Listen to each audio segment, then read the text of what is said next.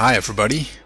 After weeks of preparing the wing tanks, I finally gathered enough courage to start working with the tank sealant and rivet the stiffeners. First I start with cleaning up all the materials, the skins which were scuffed. You can see the scuff lines of where the ribs should go. The other part is also scuffed, but very lightly. And I degrease everything with a degreaser. It's degreaser on water basis, so it's not that toxic or something like that. And I clean up both the skin and also all the ribs. I'm not sure if you can see it, but the rags where I clean the skin with get very dirty, so apparently there's a lot of residue and grease on it. So now all the stiffeners and the tank fuel caps, the water drain and all those things. I also cleaned some parts of tooling. Okay, this is the part where I've been anxious to, which is mixing the tank sealant. I haven't done this before and it feels like it's hard to do, or at least I thought it was. And also, as soon as you do it, you're on the clock. You only have 1.5, maybe 2 hours, and then you have to be done.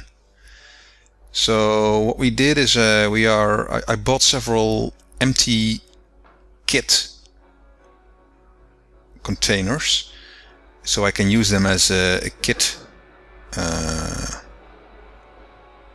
with a kit dispenser, which looked like a good idea, and actually it is. It's a very good idea.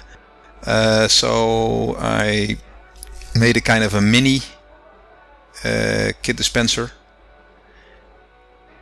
and put it in the kit. That works very good. You have to be careful. You have to release the air which is in there. So yeah, I took a small piece of aluminum and used that to release the air from the container. I wrote down a procedure together with my dad. We worked on the stiffeners. So what we do is first on the outside we put in the dimples, in every dimple, a little drop of kit, and then we put all the rivets in. We tape them with painter's tape, and then on the inside we lay a line of tank sealant next to the rivets on both sides of the rivets. You can see that here. And then I put the stiffeners, where we also put a drop of tank sealant again in the dimple, put it on top of that, and then we rivet it with a rivet gun using back riveting. Yeah, that should be enough to get it fuel tight, right? I mean, it would be strange if something would go against it. So I'm not using as much tank sealant as some do, because some are just, putting a whole shitload of tank sealant on top of it. I mean, the hole should be watertight, right? I mean, it's not like the hole, you're just not gluing everything together or something like that. So it is maybe minimalistic, but I think it should be enough. Well, time will tell if I'm right. Went quite fast, actually. So although we're on the clock, we could do both wings.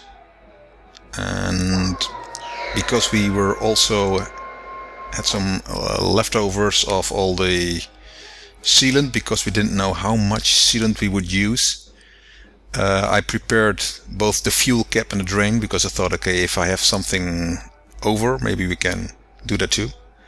And we actually did.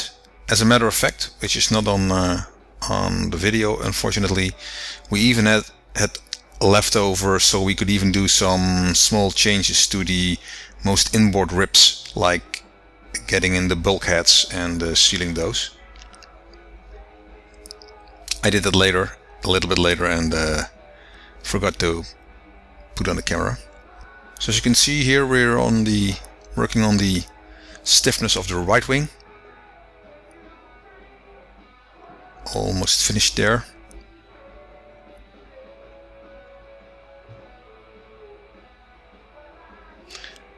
You can clean the residue of excessive sealant with acetone. Fortunately, I could buy this actually because I thought it was a kind of a forbidden ingredient, but you can still buy it in the Netherlands online. That's good.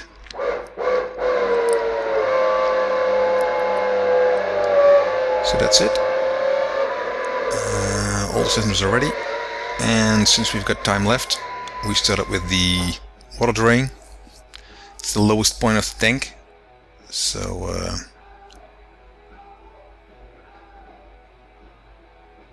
yeah, only 6 rivets in there, but you have to be careful. It should fit quite good. Also on the inside you don't want a mess because the water needs to be able to get out of that point. So there shouldn't be excessive amount of sealant there. And since we've got more sealant left, we also did the fuel cap. Here the fuel cap of the right wing.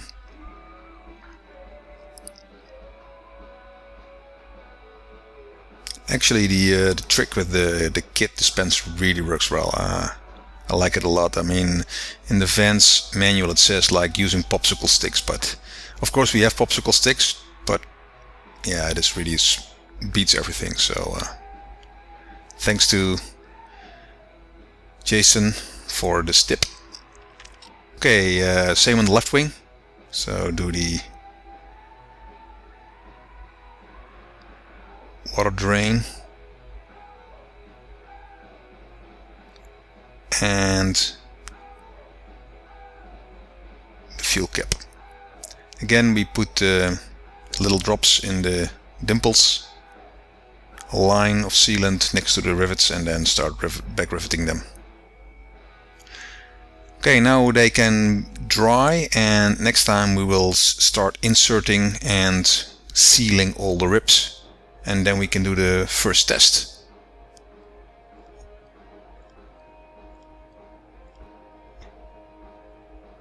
Okay, next week I will continue with building my pie in the sky.